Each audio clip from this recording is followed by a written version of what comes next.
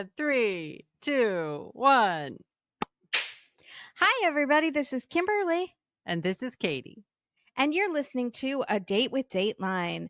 We have a classic Dateline for you that some of you have requested. Actually, that's a lie. I don't know if any of you have requested this episode, but I'm requesting it and granting my request. Permission granted. Thank you, Yeah. Captain. It is called The Mystery on Bridle Path.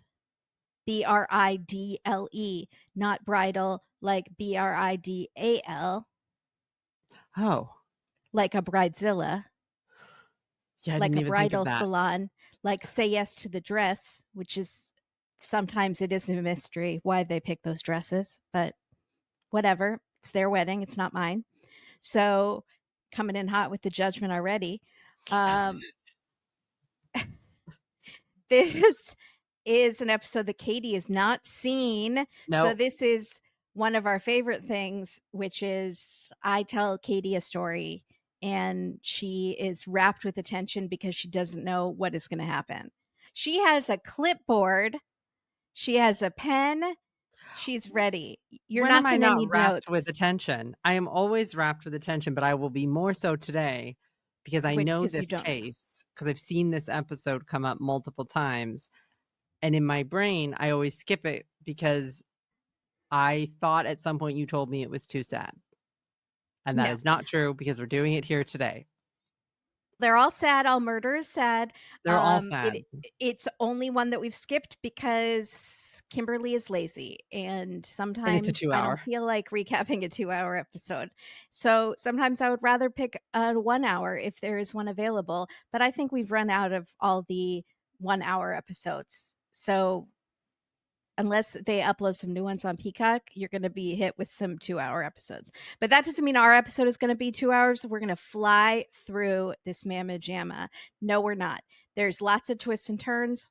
Oh boy. We're going to give it the gravitas and do which with we do all episodes. I can't wait. We don't do anything with gravitas.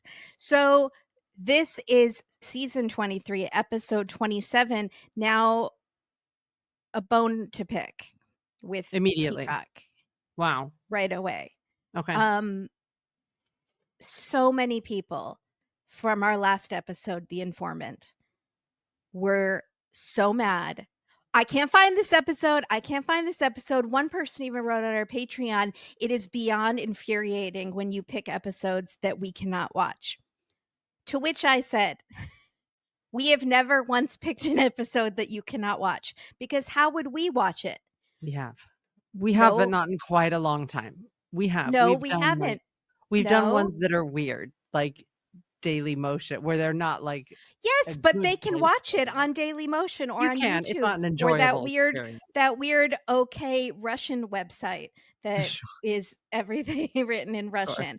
We've never picked an episode that is not available to watch online because how would we watch it online? Do you think NBC gives us screeners? They do not, my friends. We've asked, they have said Sorry, no. but if you Google The Informant, which I did, Informant Dateline, it takes you to the Peacock app, which is how I initially found it because you just told me Informant, no season, no nothing. And so I Googled it Exactly, which and is found it. how I assume people look up our episodes. You just put Dateline and then the title, and it comes up. It usually comes up under videos if it doesn't pop up right away. Right, right. Apparently, Peacock did some sort of update, or people's computers did an update. Something has happened where, for some people, it's listed as a different season. So from now on, so that I don't get yelled at, when I tell you what the episode and season number is, I'm going to have to say, for some of you, it might be the season below or the season above that. So for me, it was season 23.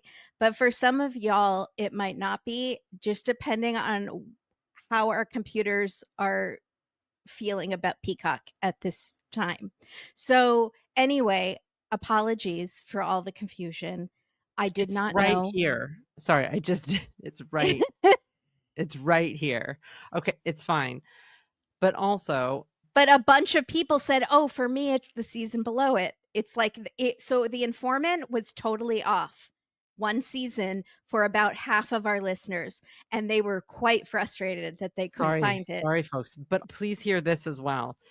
You might need to actually Google it. Do not type The Informant into the search bar in Peacock if it's where you're watching it. It will not pull up episodes. It does not Oh, pull no, up I never episode do names that. in Peacock. It will pull up Dateline, but it will not pull up episode-specific titles from Dateline. So you No, you have to definitely need to go Go to Bing, or your search engine of choice. ask Yahoo what season it is. So for me, episode 27 of season 23, March 10th, 2014. Keith is our host, Keith Alicious. It was July of 2008 in a final town called Prescott, Arizona. Well, I would say Prescott, Arizona. Keith says Prescott, and some other people in the episode say Prescott. So I'm going to assume that they know better than I do, like with all things in life. There is a sign that says everybody's hometown, which I found presumptuous Yeah, I don't because like that. it's not mine. How dare I you? wasn't born in Prescott. Sorry, it's Yeah. spelled Prescott like the normal Prescott, Mhm. Prescott. Correct. That's Prescott. I'm not having But this Keith Prescott Keith nonsense. and someone in the episode say Prescott. Keith is Canadian. Well, I think it was our victim on a video, so I'm gonna Yeah. trust Okay. her. Yeah. All right. Then yes. A woman named Carol Kennedy was jogging. She arrived home on Bridle Path, past the stone labyrinth she'd laid out to mark the turn of the millennium. What? What a stone lap like a Stonehenge. Uh, we're seeing a flat Stonehenge, which is more like what I would think of, maybe like some sort of sundial. If you put stones out on the ground in some sort of pattern. This is just to show you that I think this woman is very earthy and artsy, Yeah. but we never get any elaboration from Keith on this stone labyrinth that she did 14 years earlier to mark Y2K. This is the And I point was, also where if we knew anything about astrological signs, we'd be like, oh, that's so insert sign here. So if yes, you do that at home in your spare time, what sign does that remind you of? good call. Let us know. Good call. But I'm going to continue on because I don't know anything about that No, because me that's neither. so Cancer of me. Aries. Yeah, and I don't know what that means. And I've gotten in trouble before for bad mouthing certain signs, and I don't even know what they mean. She arrived at the back door of the home that she'd intended to inhabit for the rest of her natural days. And Keith says, of course, she had no idea that this would be her last day. And no, it would not be natural at all. So supernatural. So Y2K? Aliens? Sasquatch? Unsure. For some reason, all that's coming to mind is that guy in the cape that came to that girl's house, Mothman? that young girl's house. Mothman? No, the guy in the Oh, cape. the magician? He's not a magician. He's a psychic of some sort. But that didn't kill her.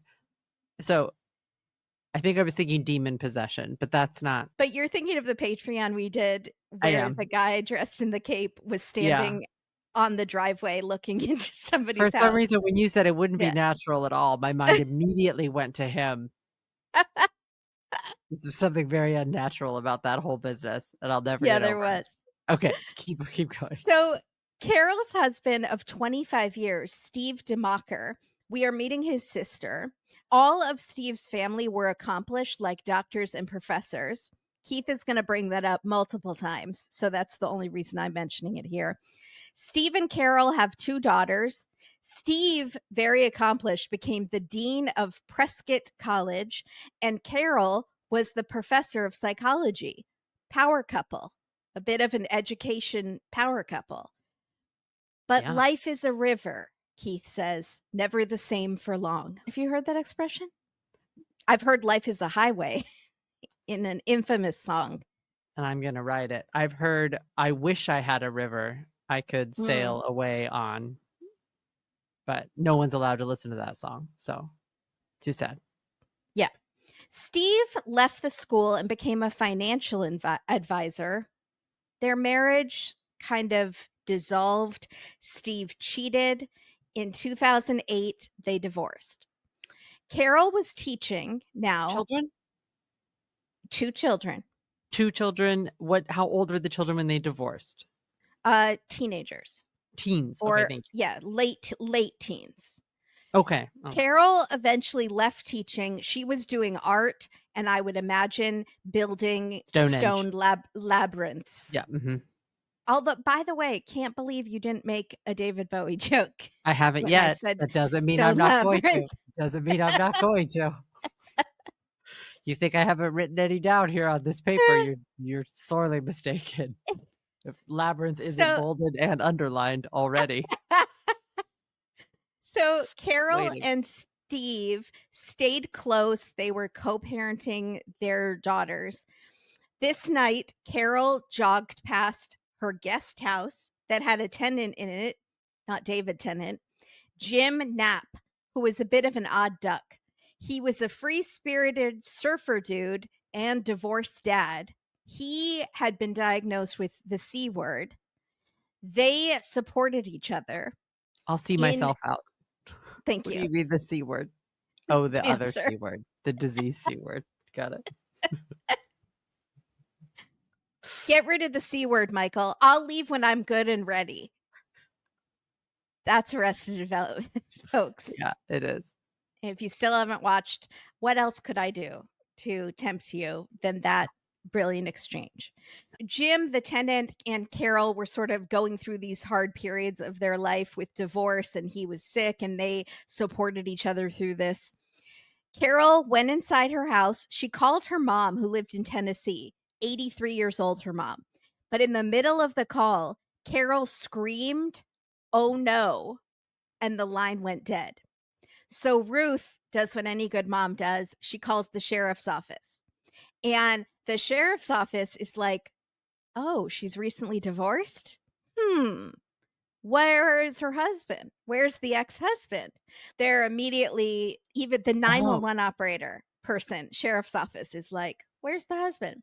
Now, I've watched 911 recently a lot, and Jennifer Love Hewitt never asks those sort of personal questions. She's just trying to help someone through a very hard situation, like they're trapped in a roof and there's a tsunami that hit LA. That was an episode. is she a psychic 911 operator? No, she doesn't see Oh, ghosts and 911. oh, She just does 911 in this show. that's a waste. Okay. Yeah. All right. So they're like, "Oh, okay, well, we'll send someone over." Okay.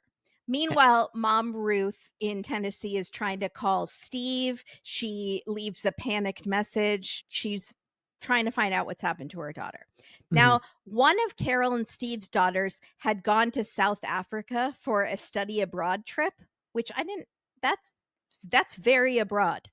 Yeah. The other daughter, Charlotte, was staying with Steve right now. It was like summertime and she went back and forth between the parents. She was Sorry, staying with where is Steve. Steve? Steve is in town, Close by.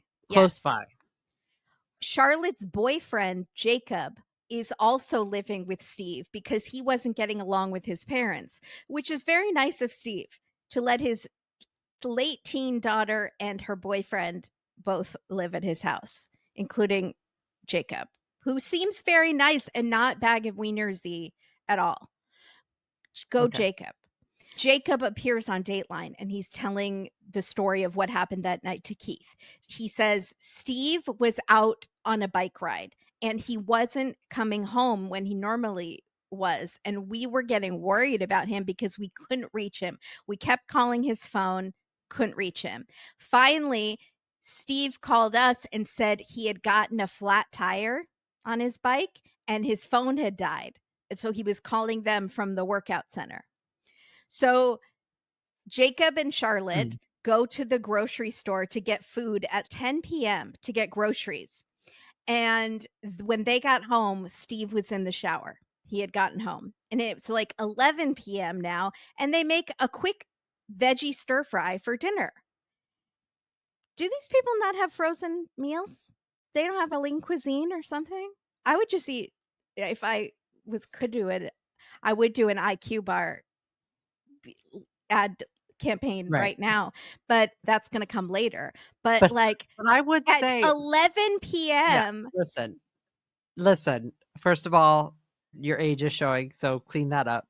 But second of Well, all I'm, still up at 11 PM, but yeah, I'm eating, like, my second dinner by that point. I'm eating my popcorn, microwave popcorn or something. I am definitely many a time on first dinner at 11 because I have lost track of all time, semblance of time.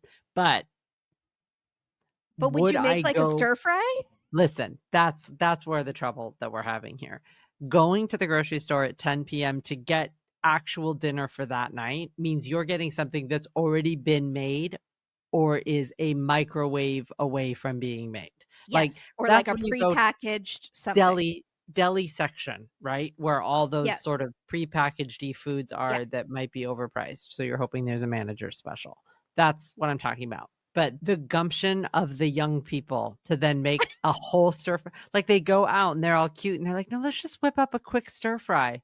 A quick stir fry. I'm almost irritated. I'm not And gonna Keith calls almost it a quick stir fry, and then he goes, "Well, it was late for dinner, but it was summertime, so, no one had to be up early the next day," and I was like, "Still, I don't still. understand."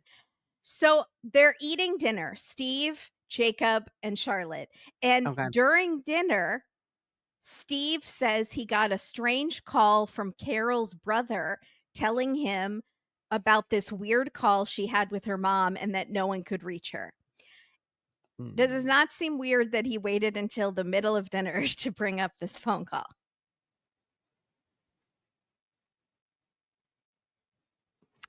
Okay. What time did he go out for his bike ride? Way earlier. It was daytime. He had been gone for like 5 or 6 hours, I think. But his phone Okay. died, Katie. Okay. So Alright. Charlotte immediately freaks out and is like, "You're telling me my mom is missing, and you Right. waited until halfway through our stir Friday dinner," and that's from Archer, "and you didn't tell me." And so she tries to call her mom, leaves a Okay. message. The message also that seemed a little weird, it got me a little suspect of Charlotte, and I know she's didn't do anything here, but she said, "Hi, mom, I heard from grandmother that you were on the phone with her," and I was like, "Is this a mother situation? Father?" Did she say grandmother? No, no British accent, but Grandmother. grandmother. I heard from I heard grandmother. from from Gran, granny. gran. Any of those No, it was I heard from grandmother. It's feeling very Plathville. I don't know. This is a father-mother situation, I think. I think that we can, after a bazillion years of doing this, I think that we can firmly state that any kind of surprising formality is immediately suspicious. Yeah, So I if think it's like so too. father, mother, sir, ma'am, anything that catches you off guard, you have Yeah. every right to be suspicious regardless of But who the it's person. just 'cause how we were raised. I think No, probably in other no, families. no, No, it's not. no, Okay, it's just weird. no. Charlotte and Jacob are very worried that they can't reach Carol. They call the local hospitals. They decide we wanna go over there. We're gonna drive over to her house. Now Steve says, "I'm concerned too, but we just got divorced, like, our divorce was just finalized, and I don't wanna invade her privacy and just show up at her house if she's, like, with a guy or something. So why don't you 2 go?" Okay. Alright, I buy that.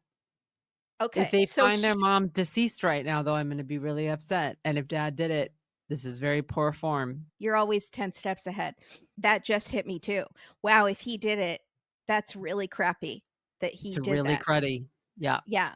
Charlotte and Jacob drive over to Carol's house. It's now around midnight, but to them, this is like 2 PM. They're teens. Yes. So they arrive at the house. Their police car's already there. Carol No! has been found dead. And Charlotte, of course, is devastated. They call Steve on the phone. Jacob says, "You better get over here. Like, Charlotte's a wreck. You need to come here." And Jacob says it seemed to him that Steve sounded like he was in disbelief. And he hops in the car and he drives over.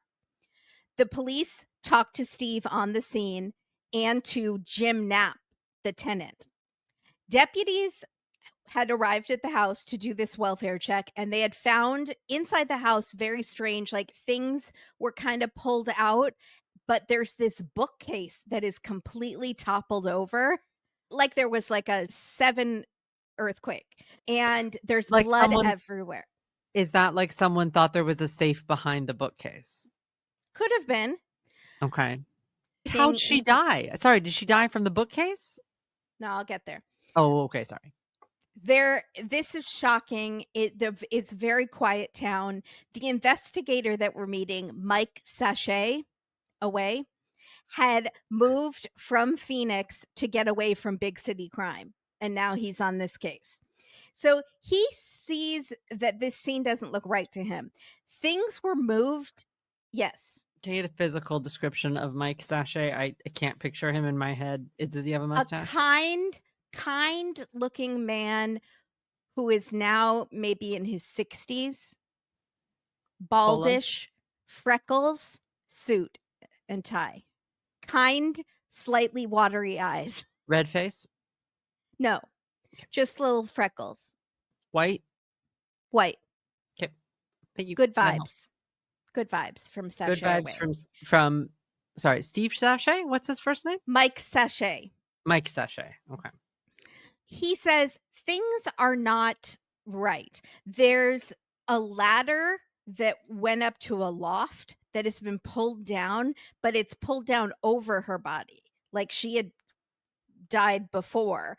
And the bookcase with blood looks like the blood had hit the bookcase and then the bookcase had been pushed over. So he thinks the whole thing is staged to look like a burglary of some sort.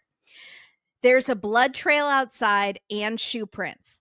And there are tracks there that people used for running, horseback riding, that Carol ran there every day, biking, a bunch of tracks. So That's the these bridal are path. it's Bridle Path, exactly. Okay. So Jim Knapp, the tenant, he arrived on the scene right after the deputies, and they asked, "Oh, where were you tonight?" And he says that he was babysitting one of his kids at his ex-wife's house. It's not babysitting if it's your child. Just PSA. Well, what would you say? Watching, I might say hanging out with. babysitting on accident. Well, women don't like that. Mary Payne hates that. Moms My don't pain, like. I apologize. I'm a bobo. I don't know things. I'm really Yeah. sorry. Okay.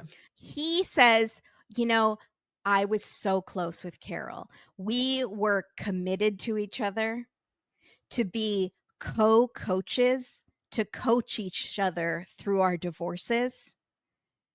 And my intuitive take is that her ex comes off as a very sneaky, manipulative man. And the police are like, interesting. So when Steve arrives, Hold on. The police yes. are like, interesting, Mr. Knapp. Are you by any chance a Pisces? That sounds like just a thing my Pisces would say. My This Pisces sounds like a ex-girlfriend. Virgo. Okay, That sounds all so right, Virgo of again, you. I don't know why, but this episode is full of that would be another speech that is indicative of a sign that I Uh-huh. don't know. So Exactly. please insert below. Yeah. It's like you're saying he's sneaky, he's manipulative, he has two sides, much like the one with the Gemini. two sides, Gemini. The twins. Yeah, I got that one. So when Steve arrives, they've already been put off of Steve by Jim, and they're like, "Oh, interesting, you're the ex." Okay, so they bring him down to the station. He said he had been mountain biking. Very late, his phone died. They have him draw a map on a whiteboard of the trail that he was on. And they realize that the trail that he was on came within a mile of Carol's house. He says, I didn't do anything. I'll give you my DNA, whatever you want. It's a mile from her house on a bike, not a mile from her house in a car. Correct. That's not that close. Sorry, it's not 50 feet from her house. A mile. Oh, no, a bike is pretty far. A bike can go pretty fast, though. especially on a mountain bike. I Like, just expected you to say something much closer. I'm well, sorry. I that's expect where he says he was. Like, they didn't have a tracker on him. He says, "I was on this trail," and they're like, "That trail is very close to Carol's house." I feel like I'm being led to believe by Dateline and by you that Steve did this and Steve didn't do it. I'm not gonna say. He's just saying that. He could say anything, you know what I'm saying? Yeah. He could say, "I was on a trail 50 miles away," or "I was on a trail right outside of her house." But So he then in says, that "I was case, on this trail," which was within a mile of her house, and a mile on a bike is actually very close. I don't know anything about that. And But he was if gone for many hours. but listen, Yeah, why would you then, if you had done this, why would you right. say you were that close? That's more okay, I see. Yeah. I'm thinking about this completely wrong. No, Continue. that's Yeah. also a very good point. Okay. He says, "I will do anything to help. You can have my DNA, whatever." He says, "I'm just so tired and I'm very dehydrated." And they're like, "Can you just stay with us a little longer? We'll get you water, whatever you need." He's like, What? "Okay, I wasn't there." And then he goes, I'm very cold." And I was like, "Give this man a blanket in the interrogation room." And then finally they give him an interrogation room blanket. And I was so happy for you. I was happy for you because we Good. haven't seen an interrogation room blanket in quite a long time, I feel like. In my brain, we see them all the time. I I think think it's that we been a see long them time. constantly. No, we've seen one this year. Have we? All right. Maybe. I don't wanna talk We about it's it. since Oh, we put it on the bingo cards, we now I don't never wanna see talk them. about it. I don't wanna That talk about it. usually happens, we jinx ourselves with the bingo cards. We always saw Kelly's on this show, and so we put it on the bingo card, and then we never had Kelly's anymore. By the way, heads up, if you're somebody that likes softy blankets, buy them right now. Nobody's buying blankets in July. Now Yeah, is the that's time to buy them for next year. They are on that sale at every place that has blankets. that's a good Just tip. saying. They give him an interrogation room blanket. They are talking to him, and the investigator says to him, "We just don't have anyone else to look at right now, Steve. We don't have anyone else it could be." Oh, no. They go, "That trail that you were on was so close to her house." And he says, "I wish I had chosen a different trail." And they say, "We wish you had too, Steve." What is going on? It's almost like he's, "Yeah, I guess I'm the only person." And they're like, "You're the only one we have." So he also has fresh scratches on his arms and legs, which he says were It's from from a the rough bramble? trail. It's Yes, from the bramble. bramble. The It's a they're the skitters. It's skitters in the rut. I can't. Yeah. So Oh. police, that's a callback, and I don't think that had to do with snow, I think.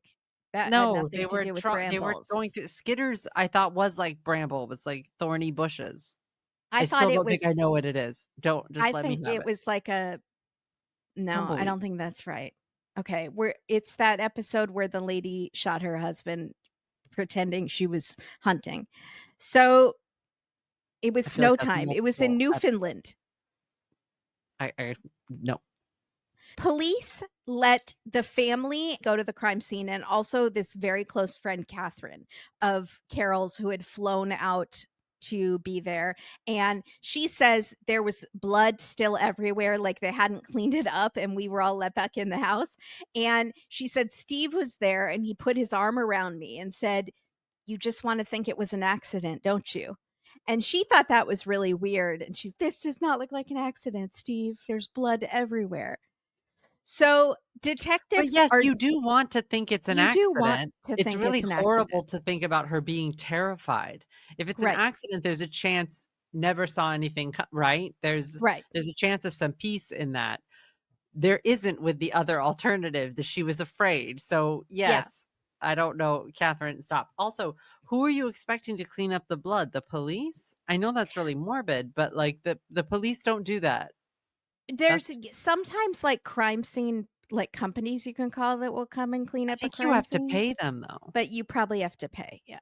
But this is Sometimes, like, non-close friends will offer to do it, I feel like, or, like, non-family, so that when the family goes back in, it looks better. that there is in every like, a conscientious friend in every situation like that, someone that thinks of that and is like, Yeah. "Oh, wait, wait, wait, wait." Yeah. Yeah. Detectives are digging into Steve and they find out that Carol was very unhappy with the outcome of the recent divorce. And they were still arguing through emails up to the day of the murder about Mhm. finances. Oh, Steve money. had agreed to pay $6,000 a month in spousal support. Now, he was making $500,000 a year, but he was overspending and he was actually having to borrow money from his parents. And Keith goes, he was making 500,000 a year and he had to borrow from his parents. And he would not have been able to pay that 6,000 a month and maintain the lifestyle that he had grown accustomed to. Which It was was also, I guess, just overspending. We don't even know what he was buying. Maybe fancy bikes, golf clubs, we're gonna learn later. wait, so hold on a second, sorry. 6,000 in child support, and is she living in No, their spousal marital support. Yeah, 6,000 in spousal support. Oh, sorry, and then she's living in the marital home? Yes. So is he paying the mortgage on that? I'm not sure.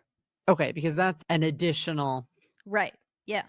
so she's getting 6,000. I'm wondering if she got 6,000 to cover all of the expenses of the actual house she's living in, or 6,000 besides him Right. paying, because then that means he's paying more like 10,000 a month Right. in spousal and borrowing from his parents. So that's It I don't know. it's also 2008 and the financial crisis. So, he was Oh god. not doing well and he was Oh no. overspending.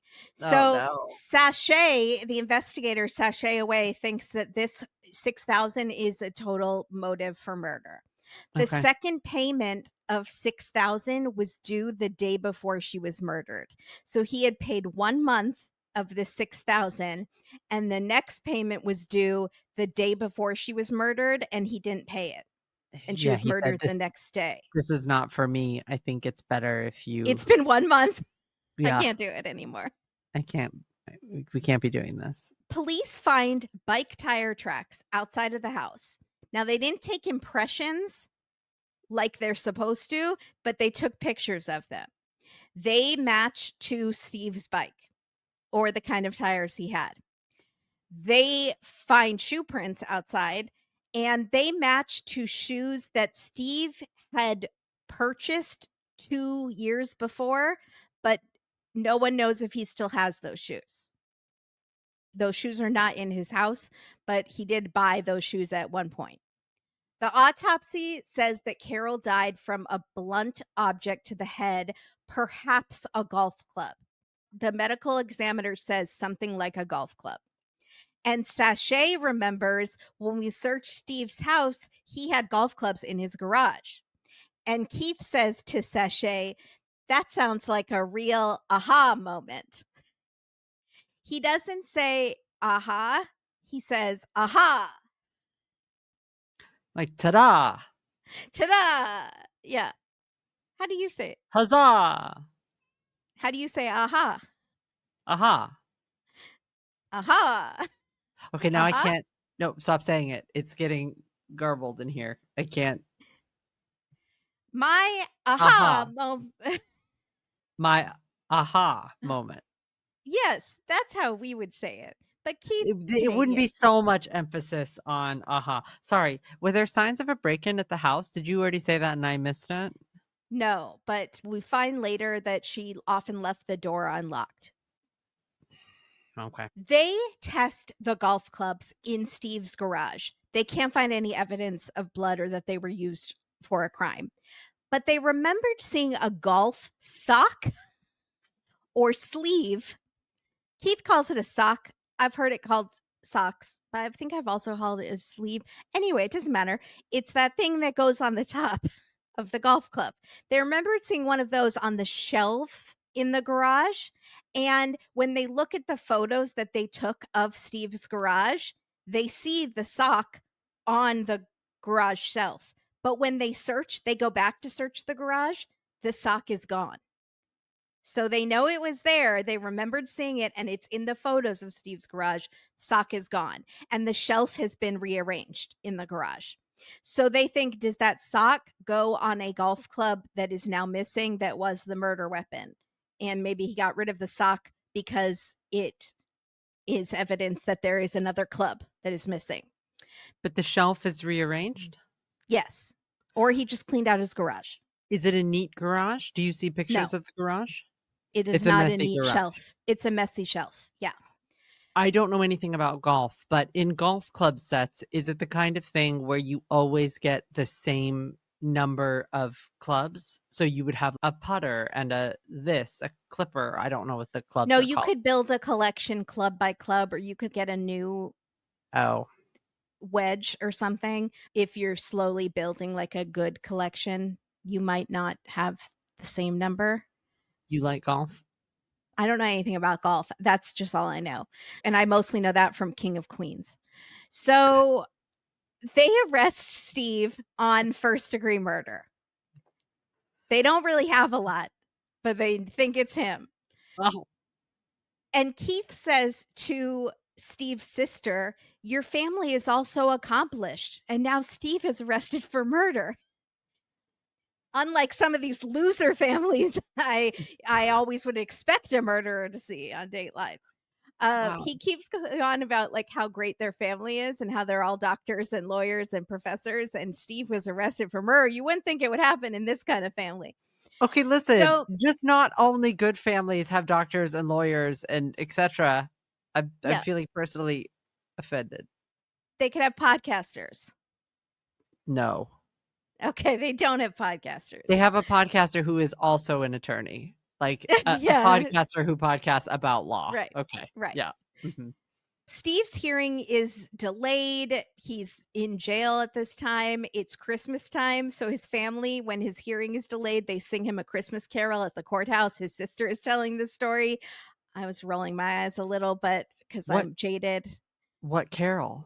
I don't know what carol you possibly sing to someone who is being accused of killing a woman named Carol and I is in jail for murder. I feel like the actual carol is important because Jingle Bells is too peppy, but then, like, Right. what are you gonna do? "What child is this you lay to The rest?" one that I think as I know very little about carols, Yeah. obviously, but the one that I think sets the mood of a murder is the dun, "Oh, tell da, the da, bells, dun, sweet da, silver da, bells." dun, da, da, da, because it has that sort of like Yes. intensity that Bing captures Kevin bong, McAllister bing bong. defending Yes. his home against Uh-huh. the wet bandits, but also a murder. Is it called Carol of the Bells? I can't it's Who something what like do I that. know? Okay. Yeah, I just alright. know it's the one from Home Alone, and it Ba goes ba dun da ba da da ba da ba da dun ba. da da da, Mhm. old silver bells, dun, dun, dun. So that's what I would guess, but I don't know what it was. And Keith did not ask a follow-up question to his sister. So That's a shame. we'll never know. Steve's defense attorney said the police are too laser focused on Steve that they never really looked at the tenant, Jim Knapp. He was the first on the scene and he pointed the finger at Steve. And so they looked at him right away as like a friendly witness. And they didn't think that anything about him was strange, that he was pointing the finger at the ex husband or that he was first on the scene. Now, he lived on that property. So I don't know why it's that weird that he would be first on the scene because he lives there. And I think a lot of people pointed the finger at the ex-husband. They usually do. But But he wasn't there that night. he wasn't there that night. But He he said did he show was up like right after the deputies got there. Yeah. He said he okay. was babysitting. Right. So in Carol's house, there's a magazine with financial documents tucked inside of it that Carol had printed the day she was murdered, and Jim's fingerprint is found on those documents. So why did he at all handle these documents? Unless like her printer was out of ink and like he printed it for her, or did they have a discussion about the documents earlier that day? Yes, Why because he is was her divorce coach. he was her co-coach. They were co-coaching each other, whatever that means. I don't like that.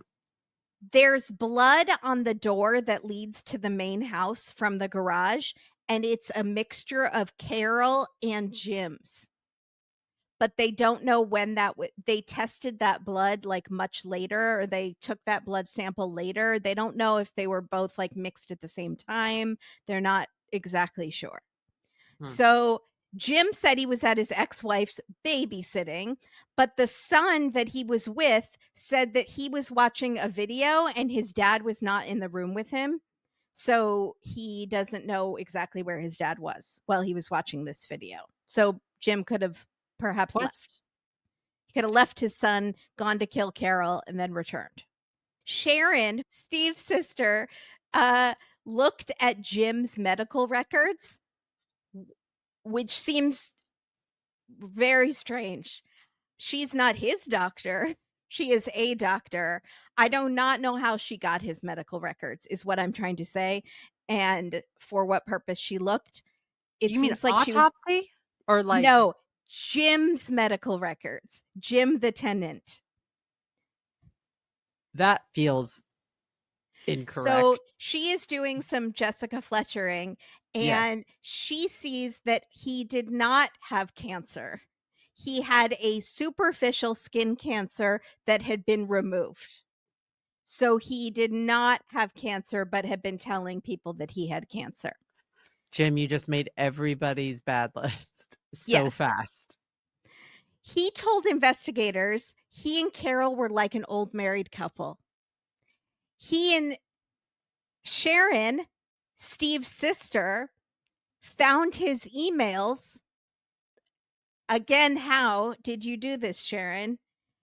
That say that he and Carol, what they share is something that no one else could possibly understand. And he refers to her as his girlfriend, even though Carol did not think of him in that way at all. Do we know that for Sis, sure? yes, Okay. from her friends and such. So she could possibly he had came on to her, or she had rejected him. We don't know. 6 months after Carol died, friends go to check on Jim at his new apartment because he's not returning their calls, and they Mhm. find him dead of a gunshot wound. What? Jim is now dead. The autopsy says it was a suicide, but the defense, Steve's defense, thinks that it's super suspect. There's no note. Multiple gunshots are fired in the room, multiple gunshots, which usually doesn't What? happen from suicide. Furniture is all over the place and drawers are pulled out. They think Who it looks staged, much like Carol's crime scene. who put So, this as suicide? exactly. Was he killed by Carol's killer? It couldn't be Steve because Steve was in jail, unless Steve hired someone to Or have did Jim Steve get killed. bail? No, Steve is in jail this whole time. Okay. What purpose would it be to kill Jim? I don't know, unless he's trying to make it look like the same person who killed Carol killed Jim, which Yes. is could be what he's doing. He's trying to make it look like there's a third party that killed Carol that's not Steve, not Jim, killed both Carol and Jim. This is where the third party enters the picture. Oh, Steve's attorney Steve was having gets an an affair. Steve has a girlfriend, by the way. Her name's Renee. He has been dating her from before the murder and through the murder. Renee stays with him because he was officially divorced. So he was Okay. allowed to have a girlfriend. Steve's attorney receives an anonymous email that says, I can tell you how Kennedy was killed, which is her last name. I don't know why they don't refer to her as the first name. It seems very cold. Because they don't want her to be confused with the other very, very well-known Carol Kennedy, John F. as in Car- Carolyn Bessette Kennedy. Kennedy. Right. Yes, who is also So deceased. Yes. so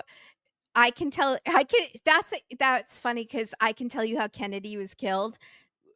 Mank would immediately go, I knew it wasn't what's his face on the grassy knoll You it wasn't because Lee Mank Harvey Oswald. Mank has so many theories about We still JFK. have to do that episode. We I don't do. know if he'll do it. We gotta talk him into it. He has a lot of We have theories, to but do yeah, he might not wanna talk about it. because it could be conspiracy, but with a K, because Kimberly and Katie. Right? That could be Why fun. didn't I think of that before? I'm writing that down. You So wanna do a branch off? yeah. Conspiracies. We talk about aliens. Oh, I'd love that. So in this email, it says, I can tell you how Kennedy was killed. Knapp was running his mouth to Kennedy, Carol, about a prescription drug deal he was in. It's going to look like a home invasion gone bad. This wasn't one crazed man with a golf club. You're looking for this drug gang. I think it said they were in Mexico or something. So this email says that who killed Carol is this drug gang that Knapp had done them shady, and he had talked to Carol about it. So she had to die, but then 6 months later, he had to die. Unsure. It's a little vague. So Steve tells his attorneys, I heard the same story in jail. Somebody is communicating with Steve through the ventilation in the prison. So, not a portal like Lori and Chad are communicating, but through the A vents. toilet? A toilet. It was not through the prison toilet, like how they brew the wine and they talk to each other and they send notes and stuff. It was through the vent system. Someone was telling Steve through the vents that this drug ring, this time he heard it was out of Phoenix, was trying to collect money and or get retribution against Jim. And they had killed Carol. The defense brings in Steve to talk about this email they got and his story about what he heard. And he's crying. And on the recording, his lawyer says, or the defense investigator says, why are you emotional, Steve? And he says, because I've spent a year not knowing what happened to Carol and being accused of it.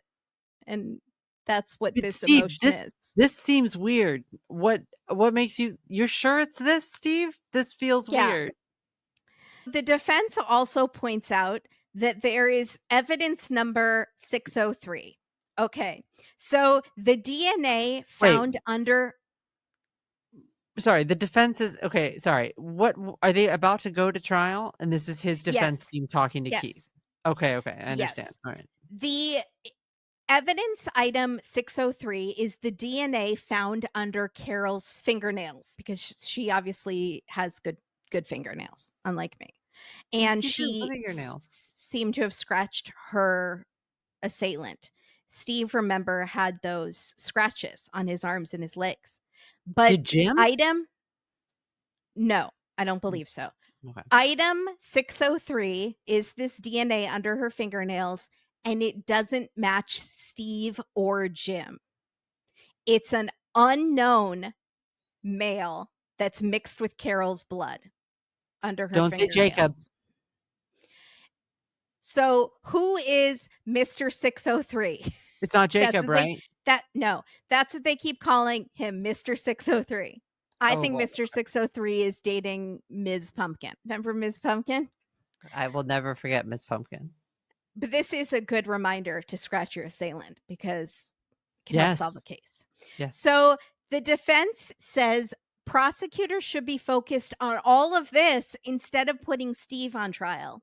But they have blinders on and they're putting Steve on trial. He was facing the death penalty, but at this point, it's been taken off the table. The prosecutors start the trial by saying that Carol was worth a lot of money dead. How much?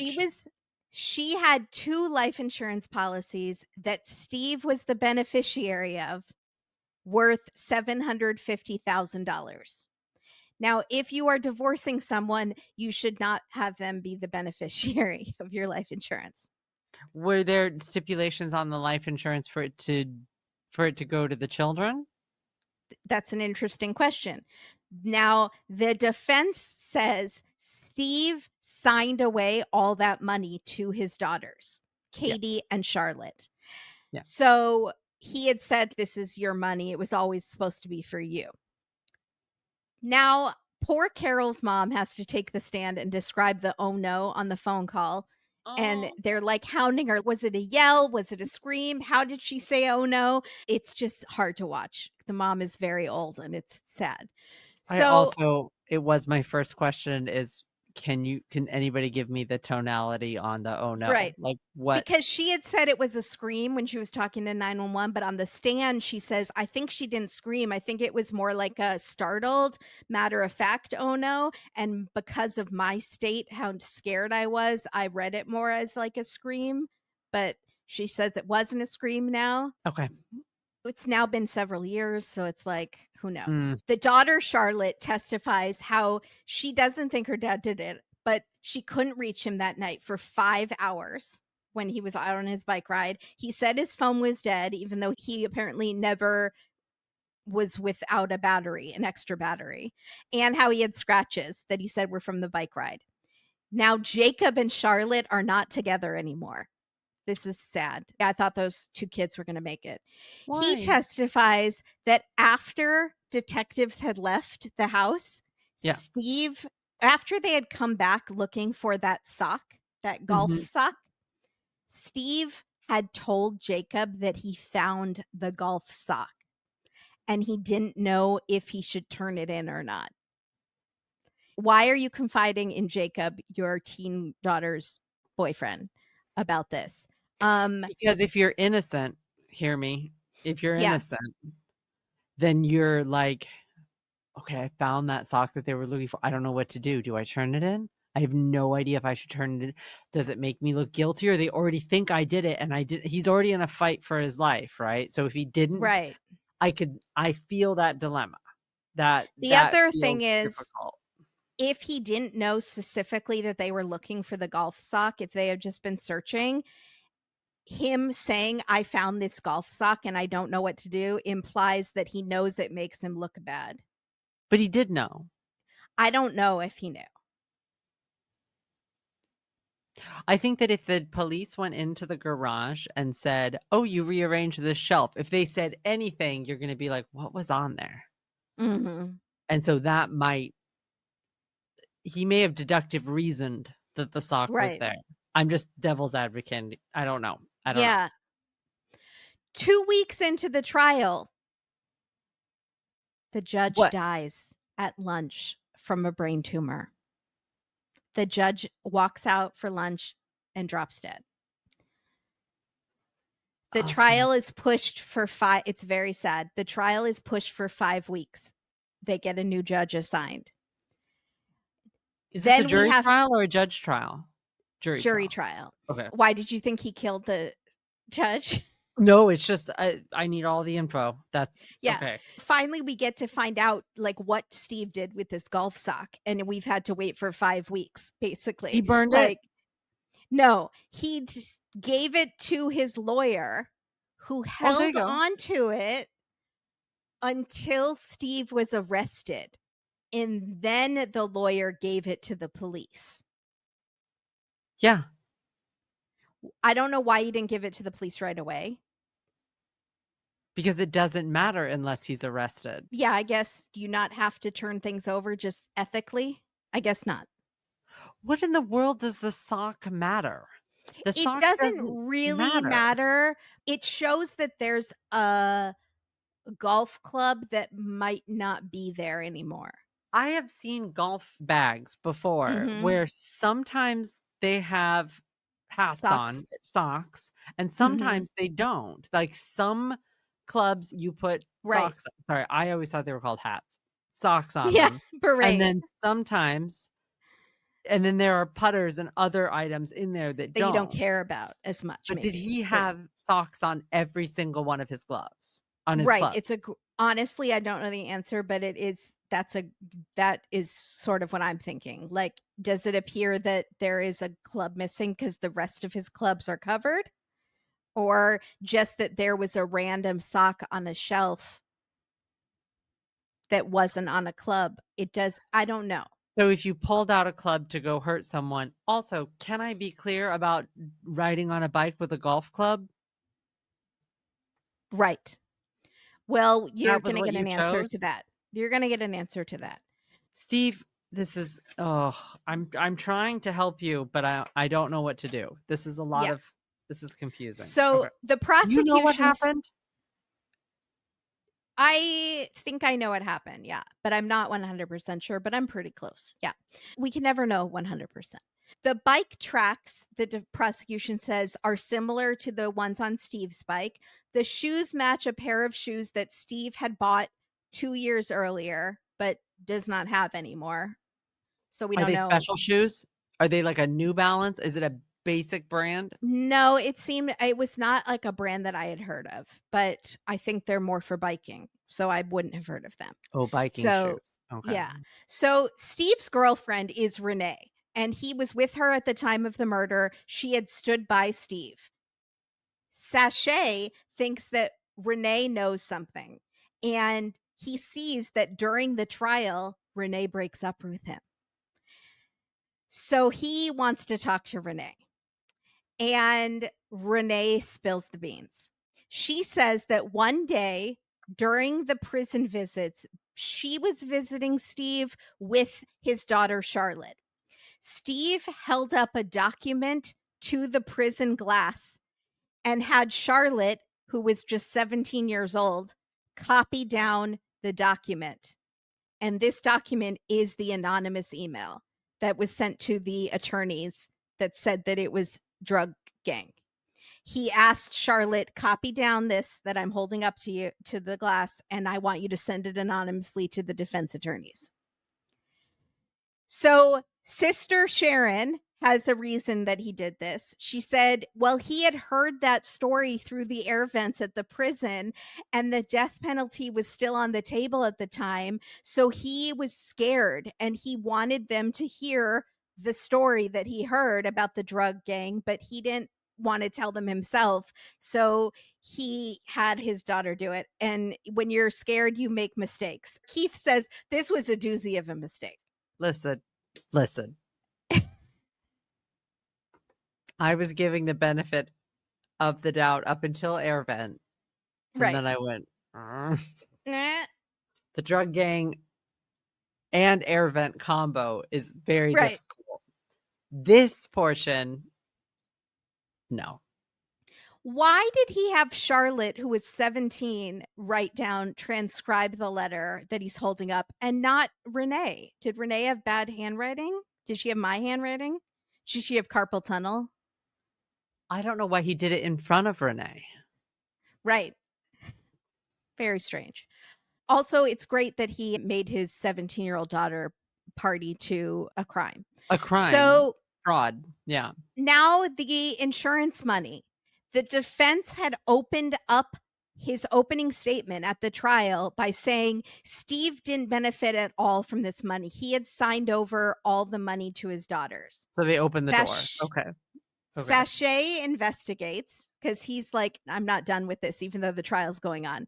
The money was paid to the daughters like it was supposed to be, and they had transferred it to Steve's parents, who then in turn wired the money straight to the defense team to pay for Steve's legal bills. Well, so the daughters Now, paid for their dad's defense. Okay. That's not that bad.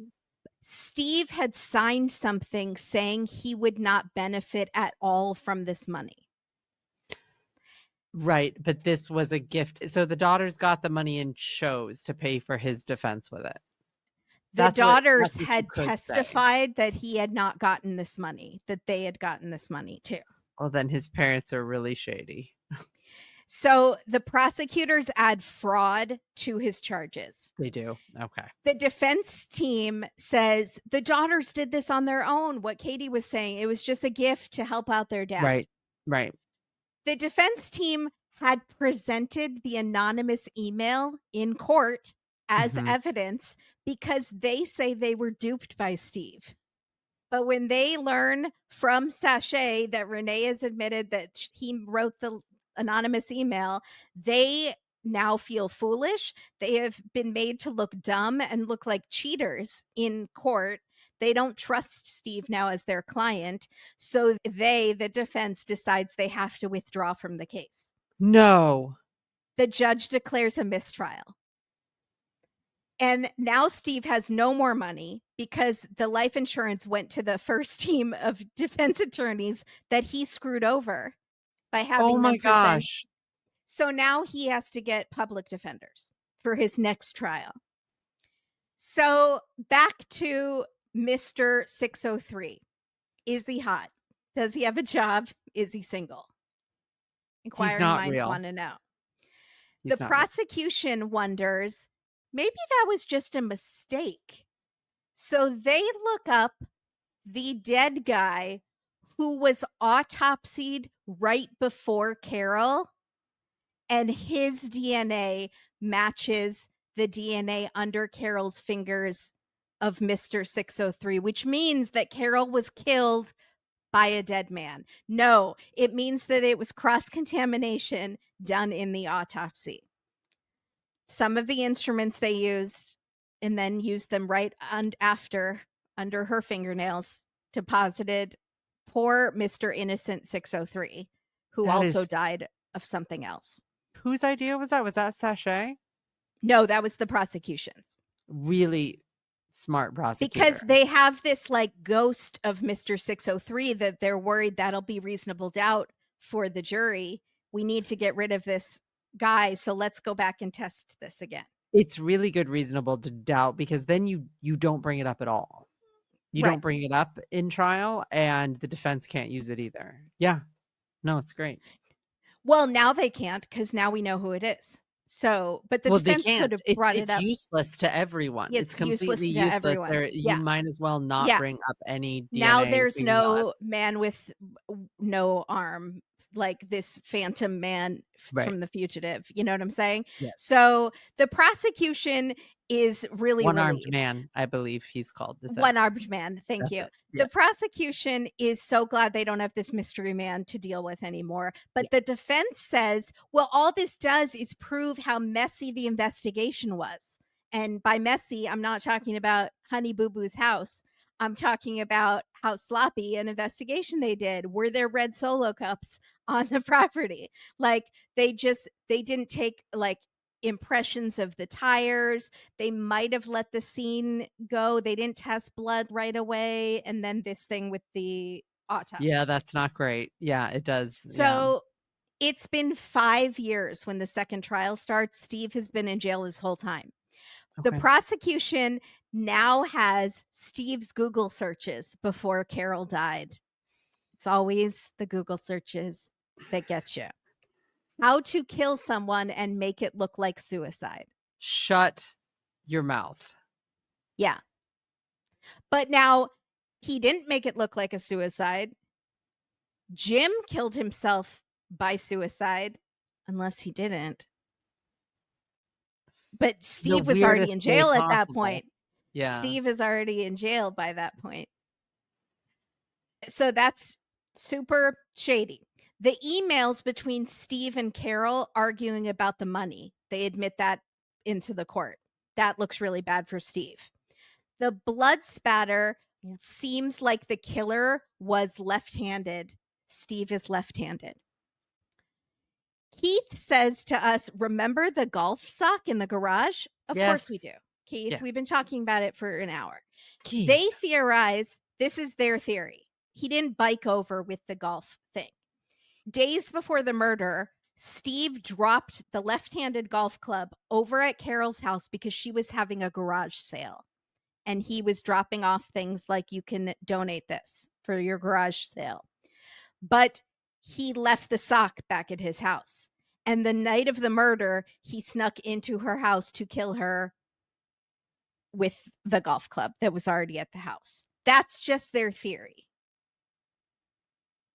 And they never find this club. Never find it.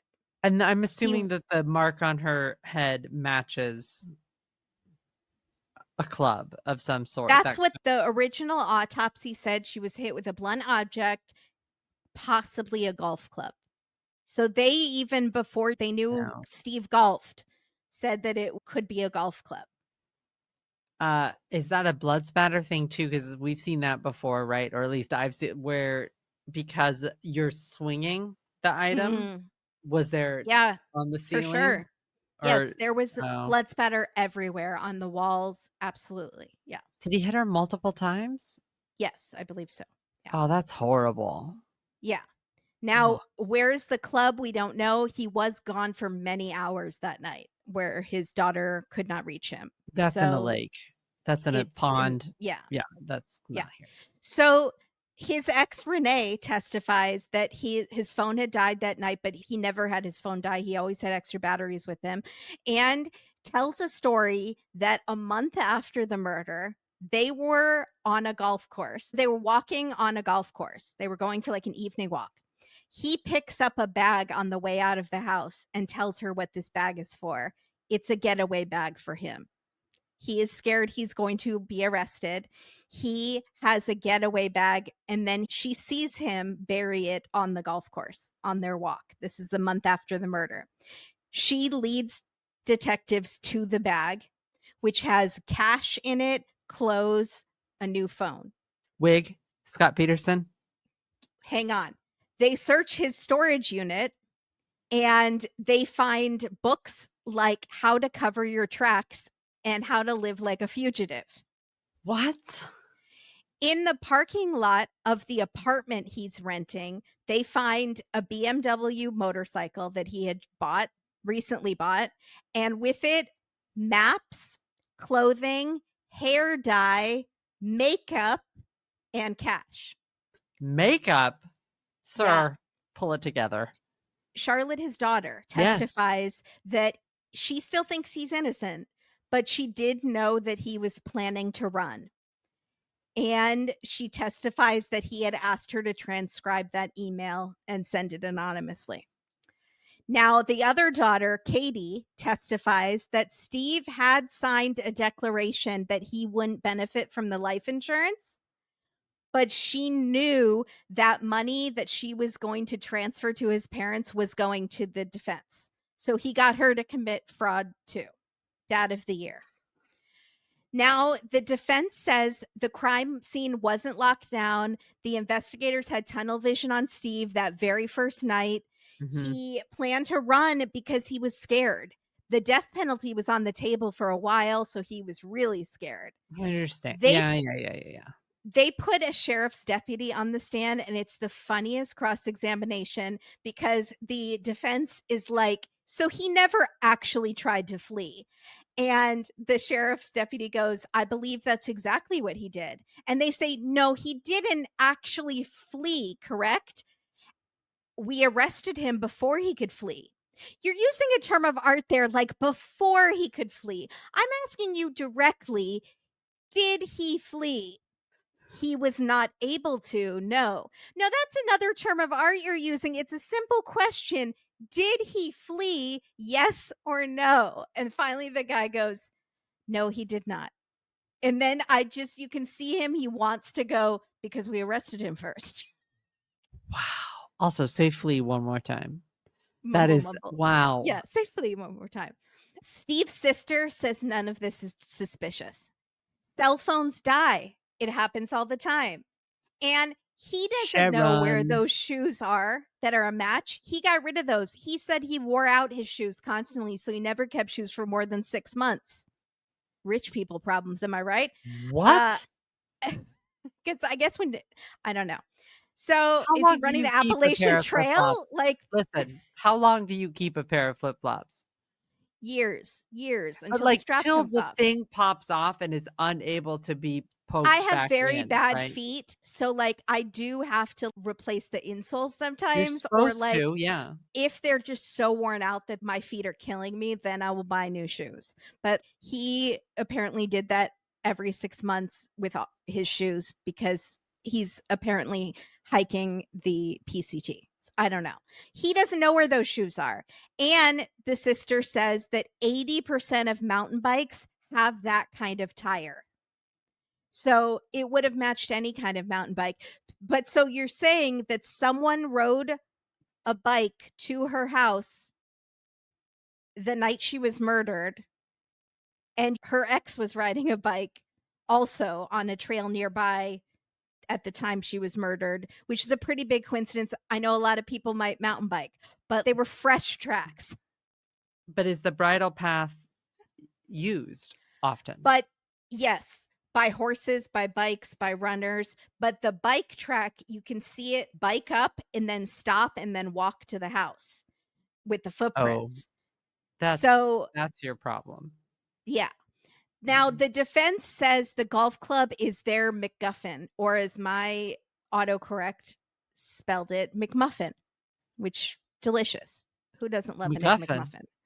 McMuffin? MacGuffin, which is like a literary technique. It's like Chekhov's gun, but it's one of those techniques. I don't know where it came from. You know what that means? Because 'Cause you're an English minor? Mhm.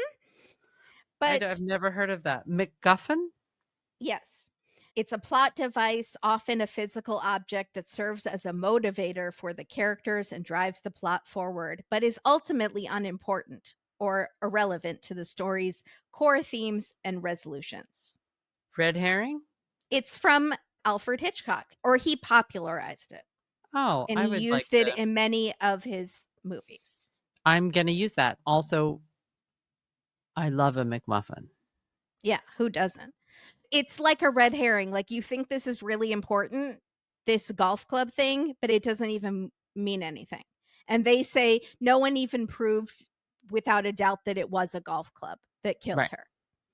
They say Jim Knapp was the first on the scene, much like an arsonist who returns to the scene of a crime. Not exactly, because he lived there. So he would, of course, return to the scene. They Right. say Jim was in debt and was lying about having cancer to get money from his friends, like Scamanda, because he's a horrible person. You're a horrible person. Apparently, he wanted to buy a smoothie store No, with Carol's divorce money and had introduced her to people as his business partner, but she wasn't committed to this. I know parts of this are true. Something about Oh, Jim is no. very weird and very off. No, shady is the word you're thinking Shady. of. Something Shady. about Jim is not on the up and up. Something else about Jim. His ex takes the stand and says that he was not leaving her alone after they broke up and was sending her emails.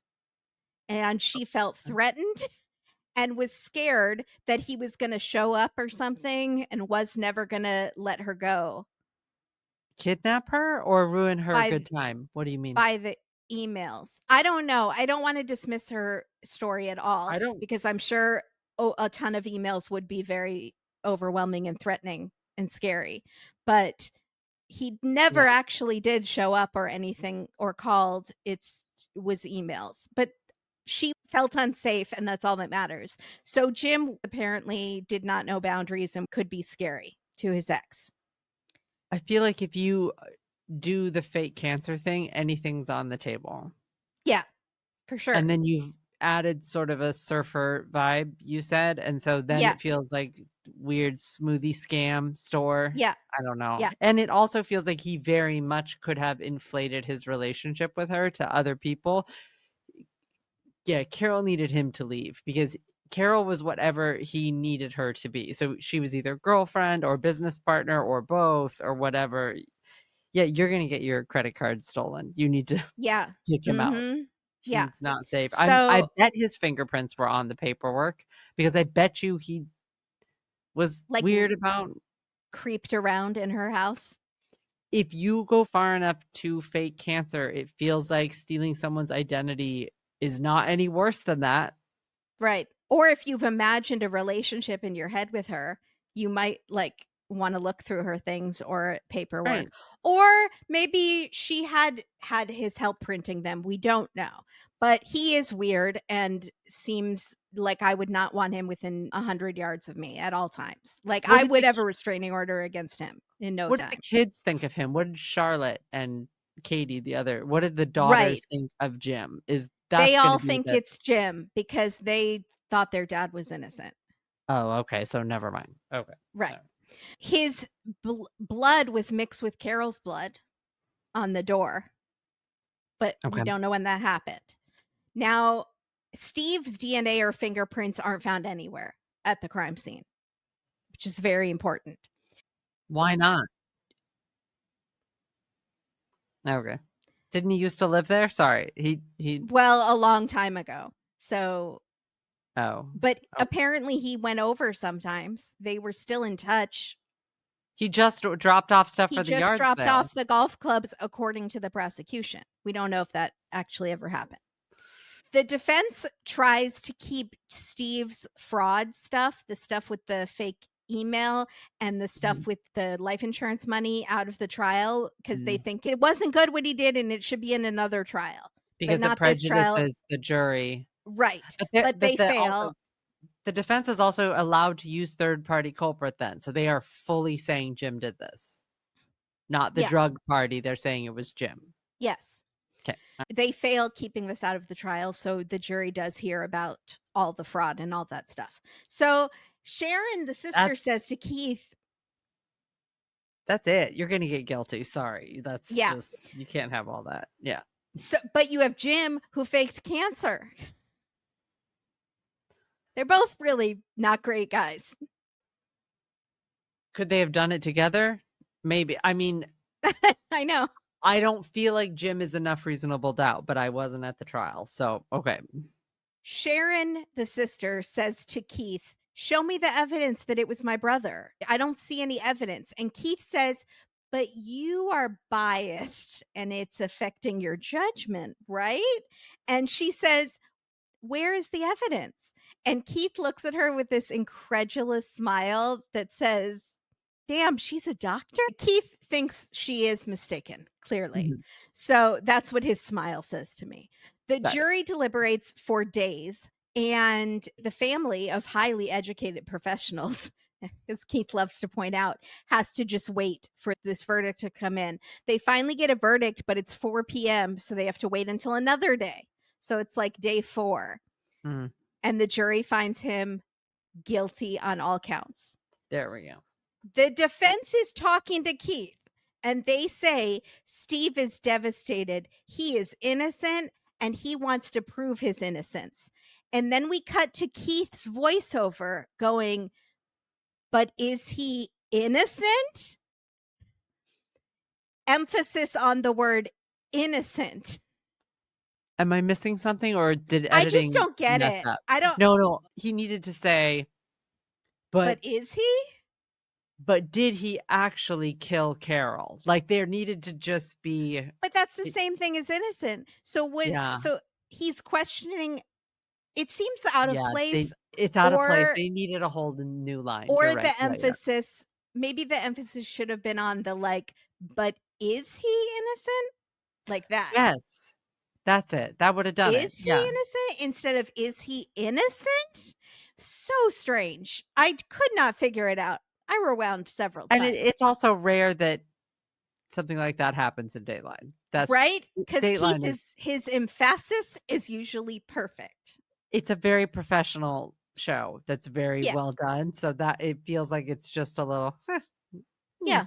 what's going on?" Now, Yeah, at Steve's sentencing, his daughters ask for leniency, and yeah. Keith says they still seem to think he's innocent. However, one of the daughters, when she's giving her statement, she says, "Please, I want leniency for my father. I want to walk with him again and speak openly and honestly with him and find a way to heal from this nightmare.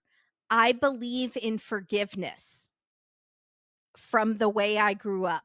I was taught to believe in so this to me sounds like she thinks he did it. Yeah, that sounds like someone who's either not in denial or coming out of denial, and Yeah. possibly what she was doing was waiting for the verdict. A lot of times I feel like that's we see that where I'm just gonna wait and see where did we just see that? I'm gonna wait and see what the evidence shows. I just saw it in the Gilgo Beach documentary. Mm. So Rex's wife. the guy who was arrested for those crimes. Mhm. She insists over and over again that, "I just need to see the evidence for myself. I just need to see this and Mhm. this." So it's really like she's waiting for the trial to be the proof positive, and then she'll Right. move on from there. I'm wondering if that happens quite a bit with family. That sounds like what this girl did. Or maybe I just need to hear the verdict and then I'll go with whatever they say That's what I because I mean. don't know That's what to think. sh Yeah, like, you need somebody totally neutral to to tell do that, you. and that's what a jury is, right? It's people hearing Yeah, this for the first time, and they're making the decision for you. I think that might yeah. be oh, that's rough. Now Steve at his sentencing says, "I did not kill Carol. No I contractions," as we've learned, or as a theory I don't that know if that works. I've seen some is things that counteract that recently. the theory is Pretty Plus More came up with it many years ago that killers don't use contractions. So if they say, "I did not kill Carol, I would not kill my daughter, I would not kill the mother of my children. I would not want to hurt them that way." He You and says I need something to like that. we need to do an improv and do, like, a detective scene because I could hear myself saying that with no contractions if I was being confronted, to Mhm. be emphatic, you know? Mhm. I feel like you could too. Yeah, definitely. I think it's less at a hearing when they're giving a speech and more at, like, in their interrogation when they're talking off That's the what I cuff. mean. I feel like I Yeah, could see it at an interrogation. I don't yeah. know. Alright, anyways. He gets life plus 20 years. So after he dies, he'll still have to serve 20 years before they Yeah. will bury him, Mhm. and no parole, no chance of parole. Okay. Keith gets to talk to Steve on the phone, and Steve says they misrepresented the evidence and it wasn't fair. And Keith is like, "Okay, well, you're probably gonna be in jail for the rest of your life. Are you ready for that?" And he says, "Well, I feel useless. So if I'm in jail for the rest of my life, I'm gonna have to try to be of use in some way." And then Keith says, "He's articulate for sure, but could he be sincere?" One thing's for sure is that Carol will not be of any use anymore because she's dead. And then he says, "No, scratch that." And then he cuts to her friend saying that still feels like Carol is there for her, even though she's gone. And then they show the stone labyrinth. No, unfortunately, no. Never again. No explanation. And That was that's the end of the amazing. episode. That was amazing. Thank you. So do you That was think he really did it? good. Yes. Yes, I do. I do think it was Steve with Yeah. the golf club in the house, Yes. staged it. Yeah. The question is, how did he know that Jim would be away? Right. Good question. How many times did he bike by her house? Jim lived in the back house or A guest house that was not attached. okay, so depending on where she was. Right. Also, on the phone doesn't give you a lot of time. That was a No, weird choice. also on the phone is so risky because they could say, "Steve, what are you doing here?" Yeah.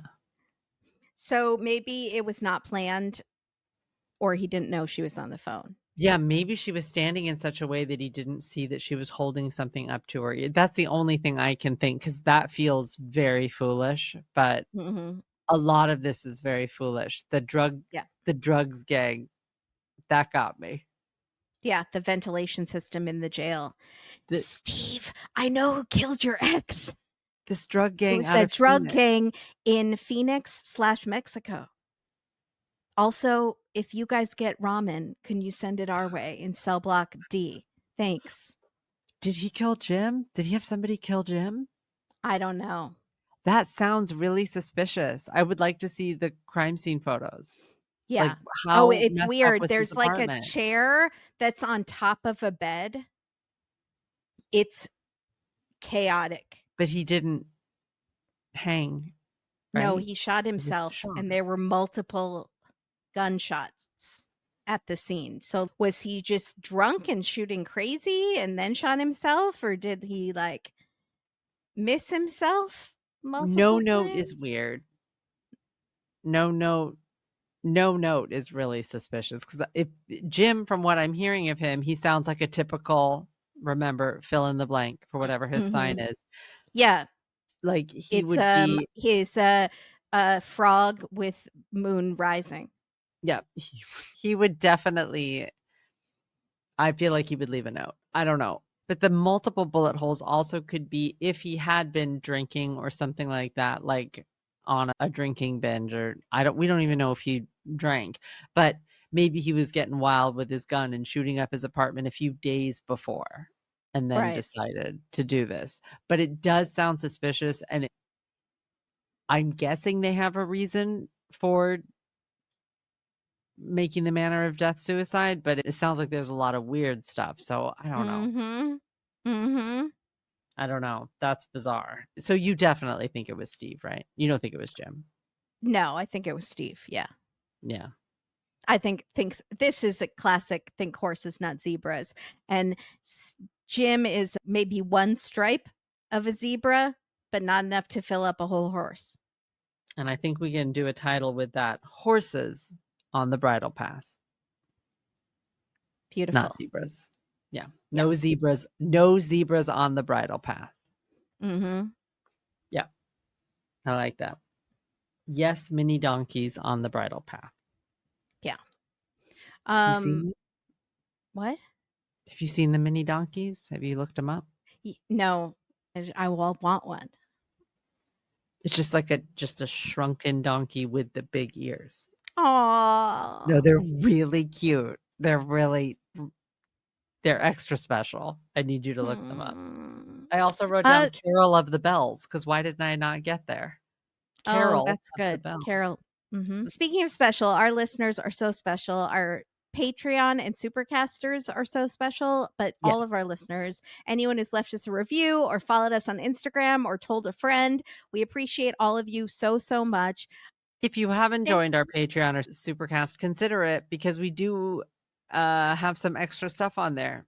And if Yeah. you're binging our episodes for the first time, then there's a lot more for you on there for sure. There are over 60 full-length episodes that you get access to if you join Yeah, our Patreon. That's crazy. That's a it's quite a lot of few. bonus And they episodes. tend to be kind of wild cases. Yeah. And also we do live streams once a Yeah. month on there that you can join for, and that's a really good community, good folks. Thank you, and please let us know in the comments if you would like Kimberly to tell me more episodes that I'll be watching them first because it's my favorite thing. It's so fun. Because I only get to see it from your point of view.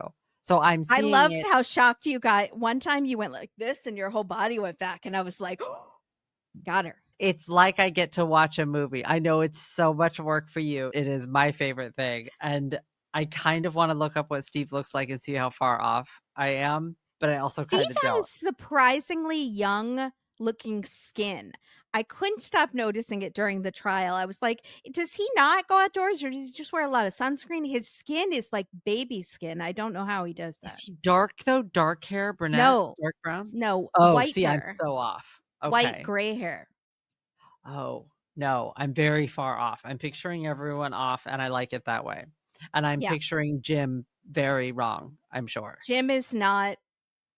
Is he a That's another reason why I wouldn't think that he's Carol's type. is he a Just redhead like and long no, hair? he's just a lot older, not in as maybe good of shape as Steve is in the I'm picturing face. him so wrong. I'm picturing tank top, shorts, long reddish hair that maybe is in a ponytail. I'm all off. Yeah. Don't tell me. Okay, I'm picturing it wrong. I'm gonna get a McMuffin. Treat yourself to a McMuffin Yes, and everyone treat yourself or a and be McGuffin. or a McGuffin and let us know if you are also surprised. Oh, yeah, okay. Hey, Kimberly, guess what? What? You remind me of the babe. What babe? What babe? The babe with the power. What power? What power? The power of voodoo. Voodoo. Hoodoo. You do. Do what? Do what? Remind me of the babe. I saw my baby crying harder. I can't sing anymore because we're going to get copyright. But go watch Labyrinth if you haven't. That includes you, Kimberly.